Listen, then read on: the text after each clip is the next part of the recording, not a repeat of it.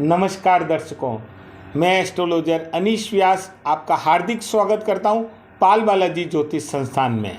आज हम बात करेंगे वार्षिक राशिफल 2021। नया साल 2021 आपके जीवन में अपार खुशियां लेकर आए। नव वर्ष में आपके मन में अनेक प्रश्न उठ रहे होंगे कि यह साल मेरे लिए कैसा रहेगा, मेरी पदोन्नति होगी या नहीं, क्या इस साल शादी होगी, क्या मेरा प्यार मुझे मिलेगा, क्या संतान सुख मिलेगा, व्यापार में वृद्धि होगी या नहीं होगी, मेरा स्वास्थ्य कैसा रहेगा, मेरी नौकरी लगेगी या नहीं लगेगी, क्या मेरे साथ कोई दुर्घटना होगी या नहीं होगी। आइए ग्रहों की स्थिति के आधार पर आपके प्रश्नों का उत्तर जानने का प्रयास करते हैं। अभी तक अगर आपने पाल बालाजी ज्योतिष संस्थान के YouTube चैनल को सब्सक्राइब नहीं किया है तो आप पाल बालाजी ज्योतिष संस्थान के YouTube को सब्सक्राइब करें, लाइक करें, शेयर करें एंड कमेंट्स करें और बेल आइकॉन को आप क्लिक करना नहीं भूलें। साल 2021 की शुरुआत में गुरु मकर राशि में होंगे तथा 6 अप्रैल को कुंभ राशि में प्रवेश करेंगे। पुनः 14 सितंबर को वक्री होकर मकर राशि में आ जाएंगे। इसके बाद 21 नवंबर को पुनः कुंभ राशि में प्रवेश कर जाएंगे और शनि मकर राशि में रहेंगे। राहु वृषभ राशि में और केतु वृश्चिक राशि में रहेंगे। राहु और केतु ने 23 सितंबर 2020 को ही राशि परिवर्तन किया था। मंगल संपूर्ण वर्ष मेष से वृश्चिक राशि में गोचर करते रहेंगे। इसी प्रकार अन्य ग्रह इस संपूर्ण वर्ष सभी राशियों में भ्रमण करते रहेंगे और उसका प्रभाव आपके ऊपर किसी न किसी रूप में अवश्य पड़ेगा। हर दिन एक जैसा नहीं होता है। कभी कोई दिन आपके लिए किसी शुभ समाचार की सौगात लेकर आता है तो कभी हमारे सामने कई चुनौतियां खड़ी हो जाती है। कोई दिन ऐसा होता है जब मन भीतर से बहुत खुश होता है तो कभी ऐसा भी होता है कि पूरा दिन उदासी घेरे रहती है। ऐसा हमारी राशि और ग्रहों की स्थिति के कारण होता है। वैदिक ज्योतिष पर आधारित भविष्यफल सुनने के बाद आप 2021 में होने वाली सभी प्रकार की दुर्घटनाओं से पूर्व में ही परिचित हो जाएंगे। मुझे आशा ही नहीं पूर्ण विश्वास है आप नए वर्ष में पूरी योजना बनाने में सफल रहेंगे। यह भविष्यवाणी चंद्र राशि, लग्न, नक्षत्र तथा वैदिक ज्योतिष के आधार पर की गई है। इस वार्षिक राशिफल को हमने 6 अलग अलग विषयों में बांटकर प्रस्तुत किया है। इसमें कैरियर, आर्थिक स्थिति, परिवार, प्रेम, रोमांस, शिक्षा और स्वास्थ्य शामिल है। इसके साथ ही आपको छोटे छोटे ज्योतिष उपाय भी बताए गए हैं जिन्हें करने के पश्चात आप अपना पूरा वर्ष अच्छे से सकुशल और स्वस्थ होकर बिता पाएंगे। मुझे पूरा भरोसा है कि आप सभी मेष से लगाकर मीन तक 12 राशि का राशिफल सुनने के बाद में बहुत प्रसन्न होंगे और आप छोटे छोटे ज्योतिष उपाय भी करेंगे। नया साल 2021 आपके जीवन में खूब सारी खुशियां लेकर आए और संकट मोचन हनुमान जी का आप सभी पर आशीर्वाद बना रहे। अब आइए एक एक करके राशिफल के बारे में जानते हैं। कर्क राशि के जातकों के लिए ये साल कैरियर की दृष्टि से अच्छे परिणामों को लेकर आएगा, क्योंकि जहां साल की शुरुआत में मंगल ग्रह कर्क राशि के नौकरी पेशा जातकों को अपने कार्य स्थल पर तरक्की दिलाएंगे, वहीं दूसरी तरफ व्यापार करने वाले जातकों को शनि और बृहस्पति की सप्तम भाव में उपस्थिति अनुकूल परिणाम दिलाएगी। आर्थिक जीवन की बात करें तो साल की शुरुआत बेहतर साबित होगी।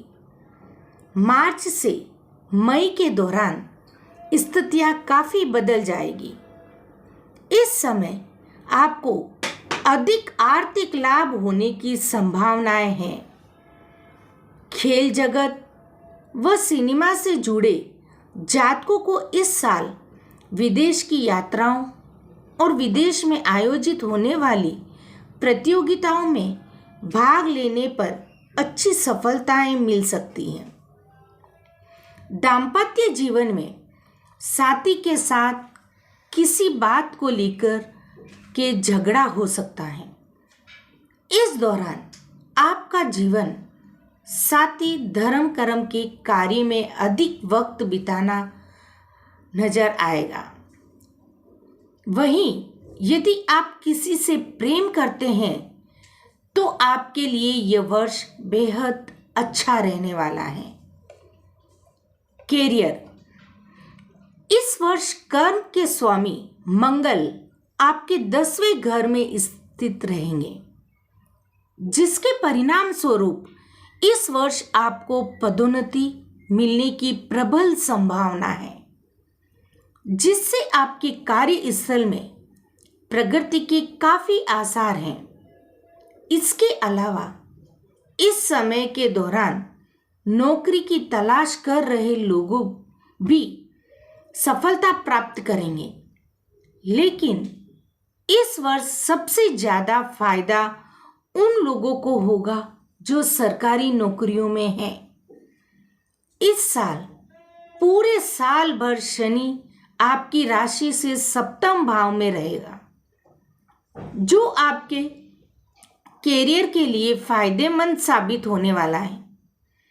कर्क राशि के जातकों के लिए इस साल के शुभ महीने जनवरी, फरवरी, मार्च और अप्रैल के होने वाले हैं।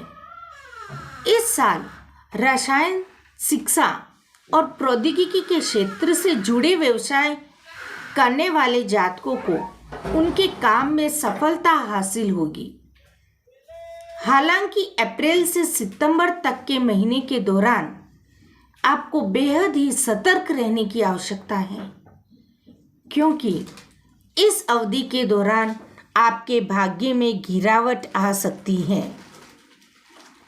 आर्थिक स्थिति, आर्थिक पक्ष के लिहाज से कर्क राशि के जातकों के लिए ये साल अच्छा साबित होने वाला है, क्योंकि आय और पारिवारिक जीवन के स्वामी सूर्य 6ठे भाव में बुध के साथ युति में मौजूद है, जो दर्शाता है कि आर्थिक लिहाज से आपके लिए ये समय बेहद ही शुभ रहने वाला है। आपको इस वर्ष काफ़ी मुनाफा हासिल होगा। इसके अलावा आपके व्यवसाय में वृद्धि और विकास होने के भी प्रबल संभावना है। जैसा कि 6ठा घर दुश्मनों का भी घर कहा जाता है, इसलिए इस वर्ष आपके दुश्मन आपके हर काम में अड़चन पैदा करने की कोशिश करेंगे, लेकिन आपको अपने दुश्मनों पर जीत हासिल होगी। पंचम भाव में शुक्र और 11वें ग्रह में राहु की स्थिति इस बात की तरफ संकेत दे रही है कि इस साल आपको ढेरों मुनाफा या लाभ हासिल होगा। आपको इस दौरान उन क्षेत्रों में भी सफलता मिलेगी जिसका आप लंबे समय से इंतजार कर रहे थे। इसके अलावा अगर आप शेयर मार्केट में निवेश करना चाहते हैं तो उसके लिए भी समय शुभ साबित होगा। हालांकि जनवरी से अप्रैल तक का समय आपके लिए भाग्य के लिहाज से थोड़ा कम अनुकूल साबित हो सकता है। अपनी आर्थिक स्थिति का उचित ध्यान रखें। परिवार, इस साल की शुरुआत कुछ खास अच्छी नहीं रहने वाली है।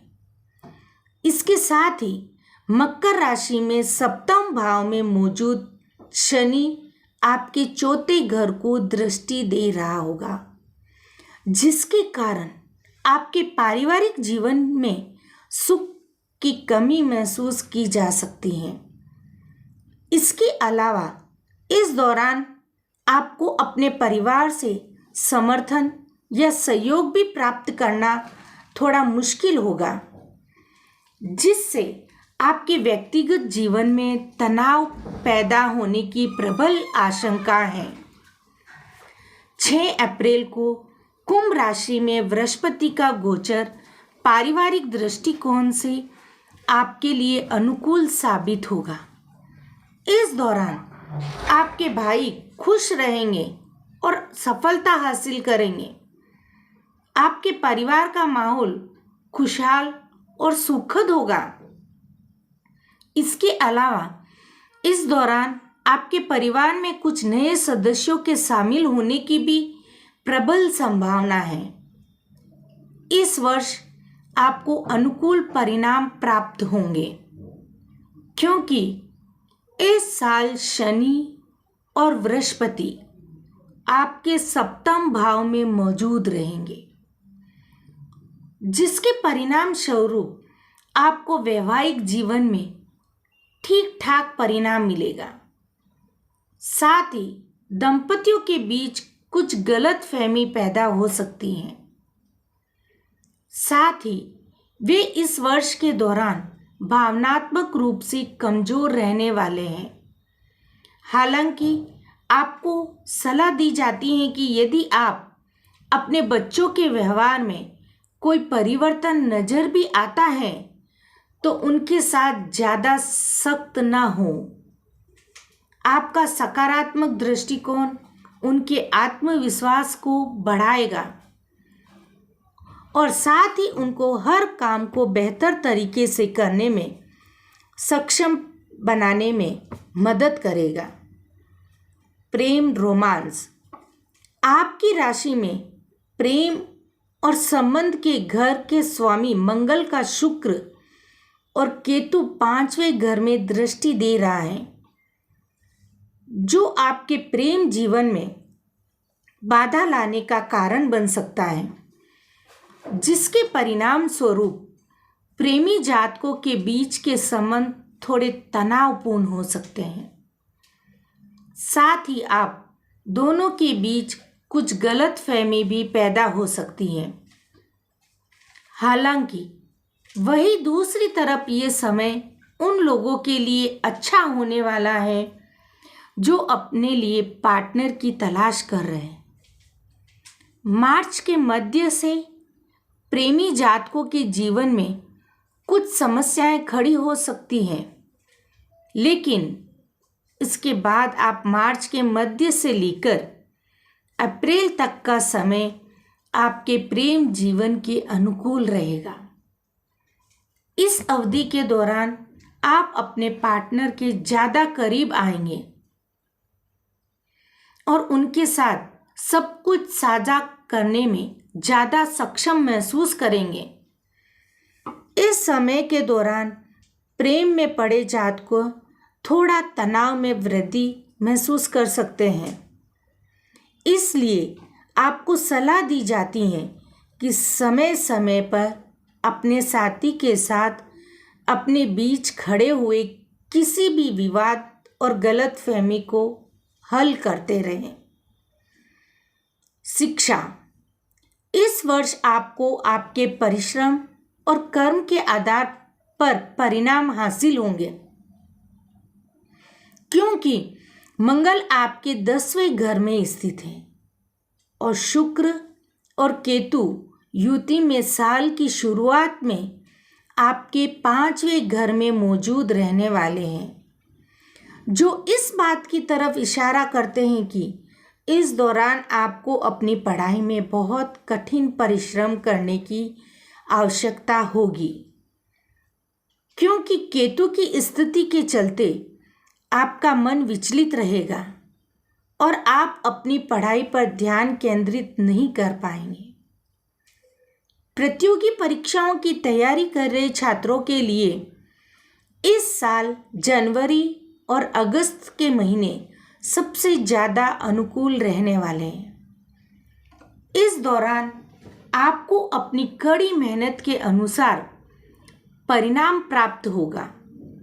उच्च शिक्षा प्राप्त कर रहे छात्रों को सितंबर से नवंबर के बीच की अवधि की तुलना में अप्रैल के महीने में शुभ परिणाम हासिल होंगे।